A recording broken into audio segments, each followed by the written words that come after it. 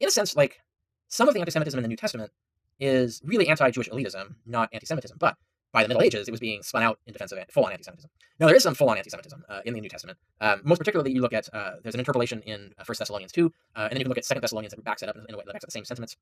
Where you see this full-on idea of, oh no, the Jews are just evil and they killed the Lord and God's going to destroy them all, and it's just the Gentile Christians who are going to get rewarded. That idea started to arise in the 2nd century for sure, and within Christianity. So full-on anti-Semitism.